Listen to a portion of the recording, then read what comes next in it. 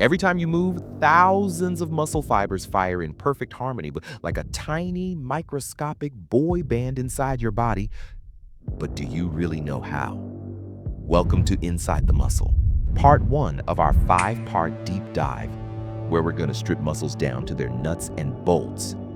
Not literally, calm down. We're not doing surgery on you today.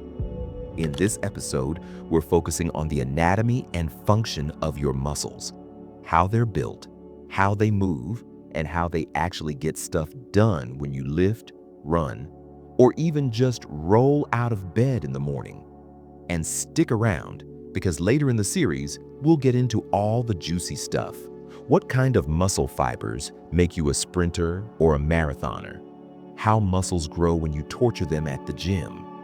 The unsung heroes, tendons, and ligaments, and what really happens inside your muscles when you sweat it out. So, tighten up your virtual seatbelt, or your real one if you're watching while driving. I don't judge. And let's dive inside your muscles. All right, let's kick things off by asking a simple question. What exactly are muscles? And no, not just the ones you flex in the mirror when no one's looking. Although, hey, we don't judge. Muscles are the real movers and shakers of your body, literally. Without them, even the simplest tasks, like picking up a coffee cup or rolling out of bed, would be a heroic feat. Now, there are 3 main types of muscles in your body: skeletal, smooth, and cardiac. Smooth muscles handle the boring behind-the-scenes jobs. Think intestines, blood vessels, and organs doing their quietly essential work. Cardiac muscles are the relentless heartbeats you rarely notice, unless you forget your morning coffee and your heart decides to remind you. But today, we're focusing on skeletal muscles, the ones you can see, touch, and yes, sculpt at the gym. Muscles might seem simple from the outside, but inside, they're actually a perfectly organized machine, kind of like Russian dolls, each layer fitting snugly into the next. Picture this: the whole muscle, like your bicep or your quads, is the outer doll. Inside that, bundles called fascicles are the next layer. Inside each fascicle, you find individual muscle fibers which are packed with myofibrils. And finally, inside each myofibril, the sarcomeres, the tiny engines that actually make your muscles contract. Think of it this way: your muscle is a factory. The fascicles are assembly lines, the fibers are workers, the myofibrils are the tools, and the sarcomeres, they're the machines doing the heavy lifting. And just like in a factory, if one machine breaks down, things get messy. Your movement becomes inefficient, jerky, or just plain awkward. And that brings us to the real star of the show, the sarcomere. Here's where it gets really cool. The sarcomere is the tiny powerhouse inside your muscle fiber that actually makes your muscles contract. Inside each sarcomere, 2 proteins, actin and myosin, do a microscopic dance. A dance so precise, it makes ballerinas look clumsy. Imagine myosin as little hands grabbing onto actin filaments and pulling over and over, like a never-ending tug of war. This tug of war is what scientists call the sliding filament theory. When the myosin heads latch onto actin and pull, the sarcomer shortens.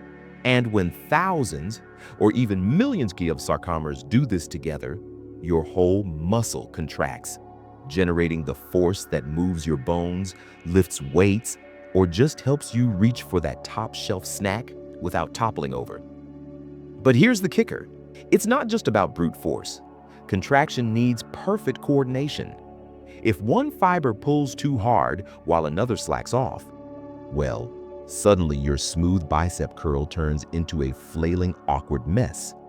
And trust me, that's not the kind of show you want at the gym. And while the sarcomeres are doing all this pulling and sliding, there's an unseen conductor orchestrating the show: your nervous system. It recruits the right fibers at the right time, like a symphony conductor cueing the strings and the brass. But before we dive into the magic of motor units, take a moment to picture all those tiny molecular hands high-fiving each other as they contract. That, my friend, is your muscle doing its thing. And if you thought that was impressive, Just wait, because things get even crazier when we see how your nerves control every single fiber. Now that we've seen the sarcomeres working their microscopic magic, let's zoom out a bit and see how your muscles know when to move. That's the job of motor units, the bridge between your nervous system and your muscle fibers. Think of them as tiny messengers delivering the command, "Move!"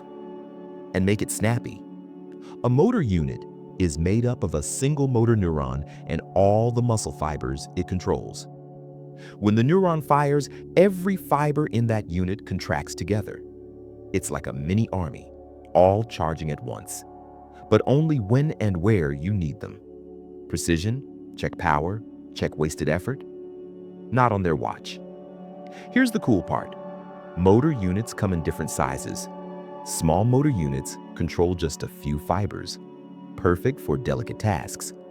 Typing on a keyboard, threading a needle, or playing the piano.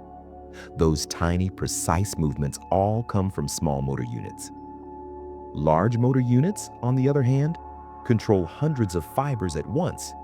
They're the heavy hitters. Think squats, deadlifts, or carrying that overpacked shopping bag without crying. And your nervous system is smart. It recruits units strategically, small first, big only when needed. That's why you can lightly pick up a pen without shaking your whole arm, but trying to crush a watermelon with your bare hands? Well, let's just say, don't try that at home. So motor units are firing, sarcomeres are contracting, and everything is starting to look like a perfectly choreographed dance. But here's the catch. Muscles don't work alone. You need a whole team to make movements smooth, controlled, and most importantly, non-awkward.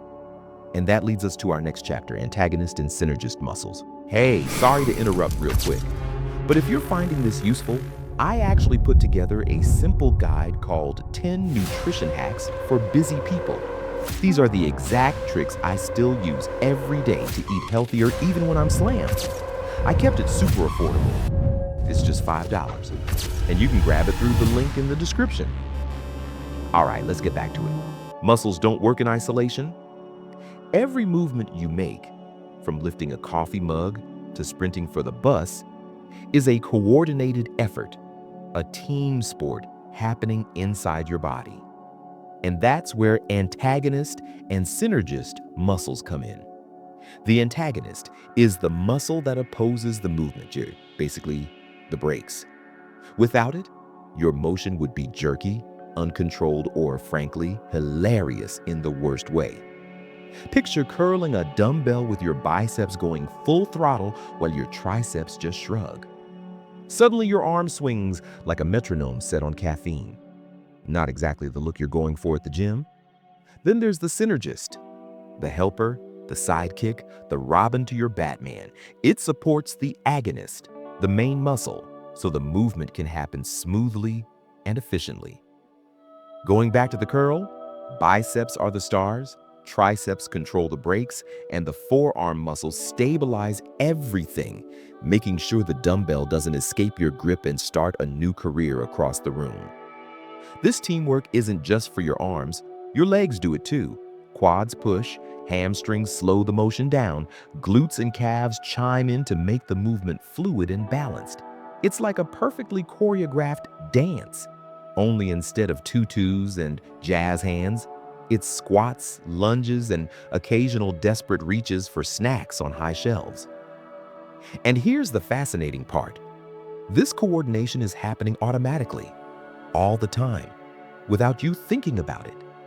Your muscles know their roles, your nervous system conducts the orchestra, and the sarcomeres keep pulling their tiny high fives. Smooth, efficient, and almost magical. And here's the secret sauce that keeps all those sarcomeres, motor units, and muscle teams firing. Energy.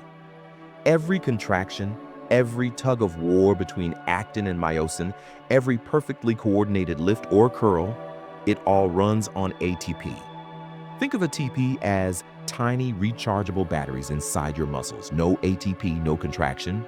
Your muscles would just flop around like noodles. Your body is actually brilliant at keeping these batteries charged. For short bursts of power like sprinting or a heavy lift, It taps fast energy systems. For longer, steady movements, like jogging or cycling, it switches to endurance-friendly fuel sources.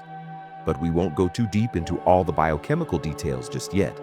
That's a whole future episode waiting for you. The key takeaway? Your muscles are not just strong, they're smart. They know how to grab the right energy at the right time, keeping you moving efficiently. Whether you're crushing a deadlift or just reaching for the snacks you hid from yourself. And with that energy in place, your muscles are ready to do what they do best: contract, coordinate, and power every movement, which, as we'll see in later episodes, is only part of the story.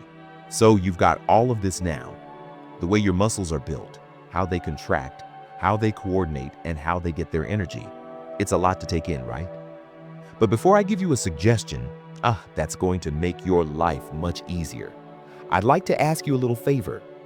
If you can, drop a comment below. Anything you want, just to show me you're here and watching. It helps me get more motivated, it helps me get monetized, and more importantly, it helps other brothers out there who need this video to save time and stop convincing themselves that some random shirtless guy on TikTok knows better than science. Now, here's the suggestion.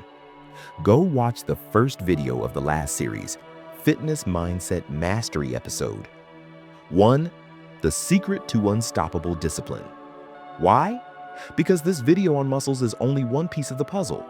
If you want the mindset and mentality to actually build the body you desire, that first video gives you a practical step-by-step way to handle each part of your mindset, so your training actually works and you stop wasting effort. And don't worry, there's more coming in this muscle series, so stay tuned and subscribe if you want to catch the future episodes. But for now, the first step is to check out that mindset video, which you'll find right over here on the side of your screen. Go click it and let it guide you to build the discipline that matches the knowledge you just got. Train smart, train hard. Stay a chimp, my brother.